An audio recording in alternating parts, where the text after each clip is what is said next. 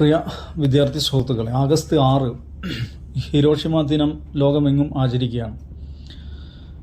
1945 August 6 ജപ്പാനിലെ ഹിരോഷിമയിൽ, August 9 ജപ്പാനിലെ തന്നെ നാഗസാക്കി, ഈ രണ്ട് നഗരങ്ങളിൽ അമേരിക്കൻ സൈന്യം നടത്തിയ ന്യൂക്ലിയർ ബോംബ് ആക്രമണം ലോക ചരിത്രത്തിലെ ഏറ്റവും കറുത്ത അധ്യായമായിട്ടാണ് രേഖപ്പെടുത്തപ്പെടുന്നത്. അതുകൊണ്ട് തന്നെ ഈ രണ്ട് ദിവസങ്ങളും ലോകമെങ്ങും അതീവ ദുഃഖത്തോടെ, അതീവ വേദനയോടെ ഓർക്കുന്ന രണ്ട് ദിവസങ്ങളാണ്.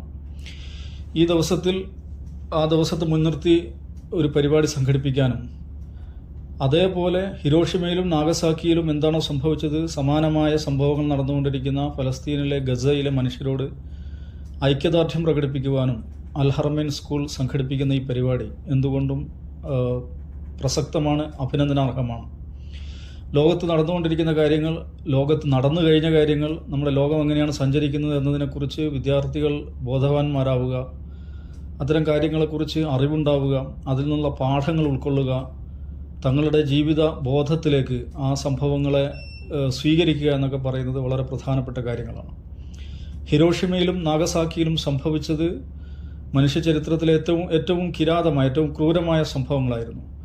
ഒരു ബോംബ്, ഹിരോഷിമയിൽ ഒരു ബോംബ് വർഷിച്ചുകൊണ്ട് ഏതാണ്ട് 1.5 ലക്ഷം മനുഷ്യരെയാണ് അന്ന് കൊന്നുകളഞ്ഞത്. നാഗസാക്കിയിലും ലക്ഷക്കണക്കിന് മനുഷ്യർ കൊല്ലപ്പെടുകയുണ്ടായി. ഹിരോഷിമയിൽ 1.5 ടൺ ബോംബാണ്, 1.5 ടൺ തൂക്കമുള്ള എക്സ്പ്ലോസീവ് അമ്യൂണിഷൻ ഉപയോഗിച്ചു എന്നാണ് ചരിത്രത്തിൽ പറയുന്നത്. 15 ടൺ തൂക്കമുള്ള എക്സ്പ്ലോസീവ്സ് ഉപയോഗിച്ചു എന്നാണ് പറയുന്നത്. പക്ഷേ ഗസയിൽ നമ്മൾ മനസ്സിലാക്കണം, ഇതിനകം നടന്നുകൊണ്ടിരിക്കുന്ന ഒരു ഓൺഗോയിങ് വാറാണത്. ഇതിനകം 1 ലക്ഷം ടൺ എക്സ്പ്ലോസീവ്സ് അവിടെ ഉപയോഗിച്ച് കഴിഞ്ഞു. ഗസ എന്ന് പറയുന്നത് ലോകത്തെ ഏറ്റവും ഡെൻസ്ലി പോപ്പുലേറ്റഡ് ആയിട്ടുള്ള ഒരു സ്ഥലമാണ്. വളരെ ചെറിയൊരു പ്രദേശത്ത് 23 ലക്ഷം മനുഷ്യർ താമസിക്കുന്ന ഒരിടമാണ്. അവിടെ ഏതാണ്ട് 1 ലക്ഷം ടൺ ബോംബ് ഇതിനകം വർഷിച്ചു കഴിഞ്ഞു എന്ന് പറഞ്ഞാൽ അതിൻ്റെ ആഘാതം എത്രയായിരിക്കും, അതിൻ്റെ ഇമ്പാക്റ്റ് എത്രയായിരിക്കും എന്നുള്ളത് നമുക്ക് ആലോചിക്കാവുന്നതാണ്. ആളുകൾ തിങ്ങി നിറഞ്ഞ് താമസിക്കുന്ന ഒരു നഗരത്തിൽ ലോക ചരിത്രത്തിൽ തന്നെ ഏറ്റവും അധികം എക്സ്പ്ലോസീവ്സ് ഉപയോഗിച്ച ഒരു യുദ്ധമായി അത് മാറിക്കഴിഞ്ഞു. ഇതിനകം 60,000 ആളുകൾ കൊല്ലപ്പെട്ട് കഴിഞ്ഞു. അതിൽ മഹാഭൂരിപക്ഷവും സ്ത്രീകളും കുട്ടികളുമാണ് എന്ന് നമുക്കറിയാം. ആ നഗരത്തിലെ ഏതാണ്ട് എല്ലാ ഇൻഫ്രാസ്ട്രക്ചറും തകർക്കപ്പെട്ട് കഴിഞ്ഞു. ആശുപത്രികൾ, സ്കൂളുകൾ, കിൻഡർഗാർട്ടനുകൾ എന്നുവേണ്ട സാധാരണഗതിയിൽ ഒരു യുദ്ധത്തിലും ടാർഗറ്റ് ചെയ്യാൻ പാടില്ലാത്ത എല്ലാ സിവിലിയൻ ഇൻഫ്രാസ്ട്രക്ചറും അവിടെ തകർക്കപ്പെട്ടു കഴിഞ്ഞു. വീടുകൾ തകർക്കപ്പെട്ടു, അഭയാർത്ഥി ക്യാമ്പുകൾ തകർക്കപ്പെട്ടു, മെറ്റേണിറ്റി ഹോസ്പിറ്റലുകൾ, കുട്ടികളുടെ ഹോസ്പിറ്റലുകൾ, ക്യാൻസർ ഹോസ്പിറ്റലുകൾ.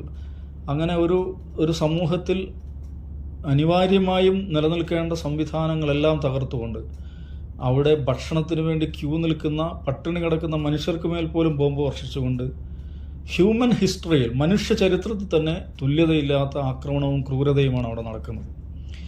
ഇത്രയും ഭീകരമായ ആക്രമണം നടക്കുമ്പോഴും ലോകരാഷ്ട്രങ്ങൾ, ഐക്യരാഷ്ട്രസഭയുൾപ്പെടെ എല്ലാ ഇൻ്റർനാഷണൽ ബോഡീസും വളരെ ഇൻഡിഫറൻ്റായി, വളരെ നിസ്സംഗമായി, പ്രത്യേകിച്ചൊന്നും ചെയ്യാൻ സാധിക്കാതെ കയ്യും കെട്ടി നോക്കി നിൽക്കുന്നതാണ് നമ്മൾ കാണുന്നത്.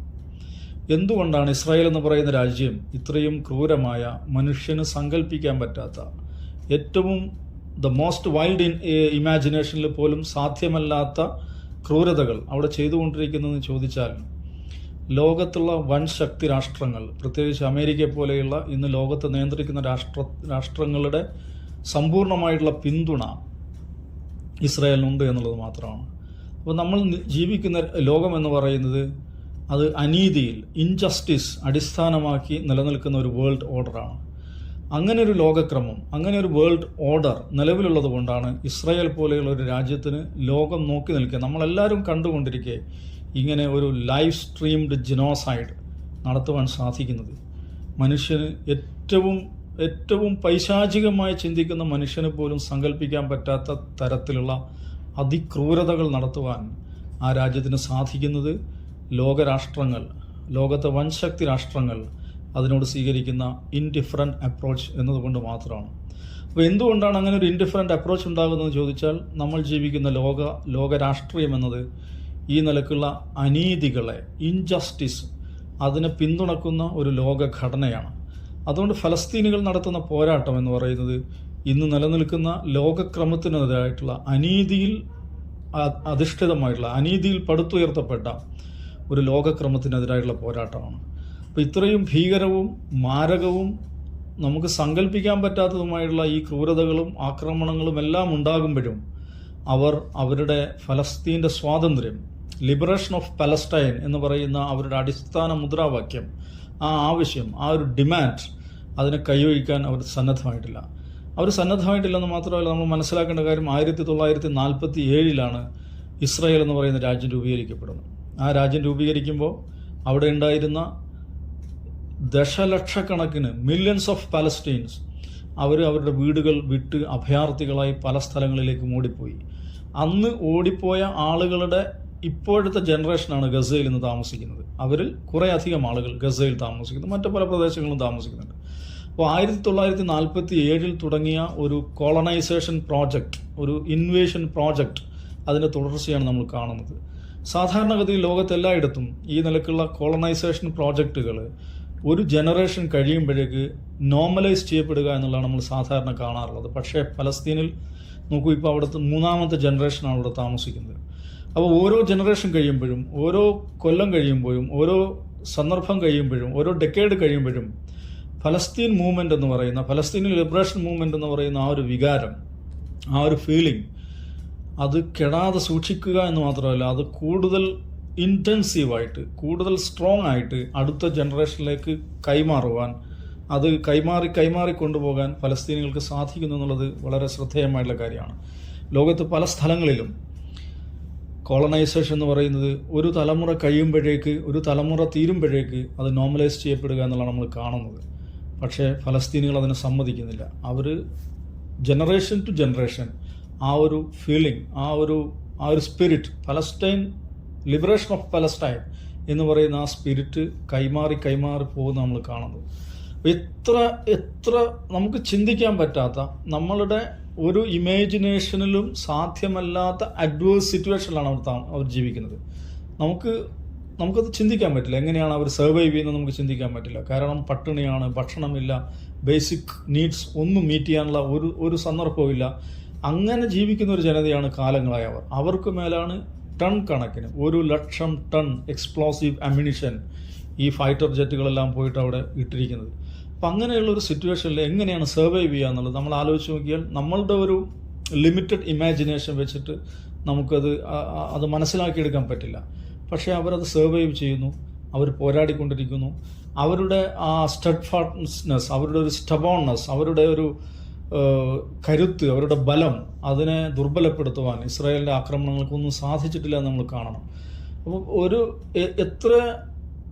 എത്ര മോശമായ, എത്ര അഡ്വേഴ്സ് ആയിട്ടുള്ള സിറ്റുവേഷൻ ആണെങ്കിലും അതിന് സ്റ്റാൻഡപ്പ് ടു ദ സിറ്റുവേഷൻ, അതിനെതിരെ നിൽക്കുക, അതിനെതിരെ പൊരുതി നിൽക്കുക എന്ന് പറയുന്ന വലിയൊരു പാഠമാണ് ഫലസ്തീൻ നമുക്ക് നൽകുന്നത്. വളരെ ചെറിയ പ്രശ്നങ്ങൾ, ചെറിയ പ്രതിസന്ധികൾ, ചെറിയ തിരിച്ചടികൾ ജീവിതത്തിൽ ഉണ്ടാകുമ്പോൾ നമ്മുടെ ലക്ഷ്യം മറന്നു പോവുക, തളർന്നു പോകുക, പിന്നോട്ട് പോവുക, ക്ഷീണിക്കുക എന്നുള്ളത് നമുക്ക് എല്ലാവർക്കും സംഭവിക്കുന്ന കാര്യമാണ്. അപ്പോൾ ഫലസ്തീനികൾ നമുക്ക് കാണിച്ചു തരുന്ന ഏറ്റവും വലിയ പാഠം എന്താണെന്ന് വെച്ചിട്ടുണ്ടെങ്കിൽ, നിങ്ങളെ എത്ര തന്നെ ആക്രമിച്ചാലും, എത്ര തന്നെ തളർത്താൻ ശ്രമിച്ചാലും, എത്ര തന്നെ കൊന്നു തള്ളിയാലും തോൽക്കുവാൻ ഞങ്ങൾ സന്നദ്ധരല്ല, പിന്നോട്ട് പോകാൻ ഞങ്ങൾ സന്നദ്ധരല്ല, ദുർബലരാകാൻ ഞങ്ങൾ സന്നദ്ധരല്ല, കീഴടങ്ങാൻ ഞങ്ങൾ സന്നദ്ധരല്ല, ഞങ്ങളുടെ സ്വാതന്ത്ര്യം എന്ന് പറയുന്ന ലക്ഷ്യം ഒഴിവാക്കുവാൻ ഞങ്ങൾ സന്നദ്ധരല്ല എന്ന വല്ലാത്തൊരു പാഠം, ഒരു ടെക്സ്റ്റ് ബുക്കിലും നമുക്ക് വായിച്ചെടുക്കാൻ പറ്റാത്ത, ഒരു പുസ്തകത്തിൽ നമുക്ക് കാണാൻ പറ്റാത്ത വലിയൊരു പാഠമാണ് ഗസയിലെ സാധാരണ മനുഷ്യർ, കുട്ടികൾ, സ്ത്രീകൾ, വൃദ്ധർ, രോഗികൾ, പരിക്ക് പറ്റിയ മനുഷ്യർ, അവരെല്ലാവരും ഓരോ ദിവസവും നമുക്ക് പറഞ്ഞു തരുന്നത്. അപ്പോൾ ഫൈറ്റിംഗ് സ്പിരിറ്റ് എന്ന് പറയുന്നത് സർവൈവ് ചെയ്യാൻ വേണ്ടിയിട്ടുള്ള ഏറ്റവും അവസാനത്തെ പരിശ്രമവും നടത്തുക എന്നുള്ളതിൻ്റെ ഏറ്റവും മികച്ച ഉദാഹരണമാണത്. അപ്പോൾ ഫലസ്തീനികളെ സംബന്ധിച്ചിടത്തോളം അവർ ലോകത്ത് മുഴുവൻ, ഇപ്പോൾ കഴിഞ്ഞ ആഴ്ച ഓസ്ട്രേലിയയിലെ സിഡ്നിയിൽ നടന്ന ഒരു റാലി ഏതാണ്ട് 3 ലക്ഷത്തോളം മനുഷ്യരാണ് പങ്കെടുത്തത്. ഓസ്ട്രേലിയൻ ഹിസ്റ്ററിയിൽ തന്നെ ഏറ്റവും അധികം മനുഷ്യർ പാർട്ടിസിപ്പേറ്റ് ചെയ്ത ഒരു ഇവന്റ് എന്നാണ് അതേക്കുറിച്ച് പറയുന്നത്. ലോകത്തെല്ലായിടത്തും, അമേരിക്കയിലാവട്ടെ, യൂറോപ്പിലാകട്ടെ, അമേരിക്കയിലെ ഏറ്റവും എലീറ്റ് യൂണിവേഴ്സിറ്റികളിൽ പോലും വലിയ തോതിൽ വിദ്യാർത്ഥികൾ പലസ്തീൻ സോളിഡാരിറ്റി പ്രൊട്ടസ്റ്റുമായിട്ട് രംഗത്തിറങ്ങി നമ്മൾ കാണുന്നുണ്ട്. ലോകത്തെങ്ങുമുള്ള മനുഷ്യാവകാശങ്ങളിൽ വിശ്വാസമുള്ള, ജനാധിപത്യ ബോധമുള്ള മനുഷ്യരെ സ്വാധീനിക്കുവാൻ, അവരുടെ ജീവിതത്തെ സ്വാധീനിക്കുവാൻ, അവരുടെ ചിന്തയെ സ്വാധീനിക്കുവാൻ, അവരുടെ പിന്തുണ നേടിയെടുക്കുവാൻ ഫലസ്തീനികൾക്ക് കഴിഞ്ഞിട്ടുണ്ട്. അപ്പോൾ ലോകത്തെ മൊത്തം സ്വാധീനിച്ച, ലോകത്തെ നല്ല മനുഷ്യരെ മുഴുവൻ കീഴടക്കിയ ഒരു യുദ്ധമായിട്ട് ഫലസ്തീനികൾ അവിടെ കൊല്ലപ്പെടുമ്പോഴും ഫലസ്തീനികളുടെ പോരാട്ടം മാറിയിട്ടുണ്ട്. അത് സമാധാനത്തിനും സത്യത്തിനും നീതിക്കും സ്വാതന്ത്ര്യത്തിനും വേണ്ടിയുള്ള പോരാട്ടമാണ്. അതിനുവേണ്ടിയാണ് 60,000 മനുഷ്യർ രക്തസാക്ഷികളായിട്ടുള്ളത്. അവരുടെ രക്തം പാഴാവുകയില്ല. അവരോടൊപ്പം സോളിഡാരിറ്റി പ്രഖ്യാപിക്കുക, ഐക്യദാർഢ്യം പ്രഖ്യാപിക്കുക എന്നുള്ളത് വളരെ പ്രധാനപ്പെട്ട കാര്യമാണ്. ഹിരോഷിമ ദിനത്തിൽ ലക്ഷക്കണക്കിന് മനുഷ്യരെ കൊന്ന ഒരു യുദ്ധവെറിയന്മാരായിട്ടുള്ള ഒരു രാഷ്ട്രം, ലക്ഷക്കണക്കിന് നിരപരാധികളായ മനുഷ്യരെ കൊന്ന ഒരു ദിവസം നിശ്ചയമായും ഫലസ്തീനെ ഓർക്കുക, ഗസയെ ഓർക്കുക, അവർക്ക് വേണ്ടി പ്രാർത്ഥിക്കുക, അവരോട് സോളിഡാരിറ്റി പ്രഖ്യാപിക്കുക എന്നുള്ളത് വളരെ പ്രധാനപ്പെട്ട കാര്യമാണ്.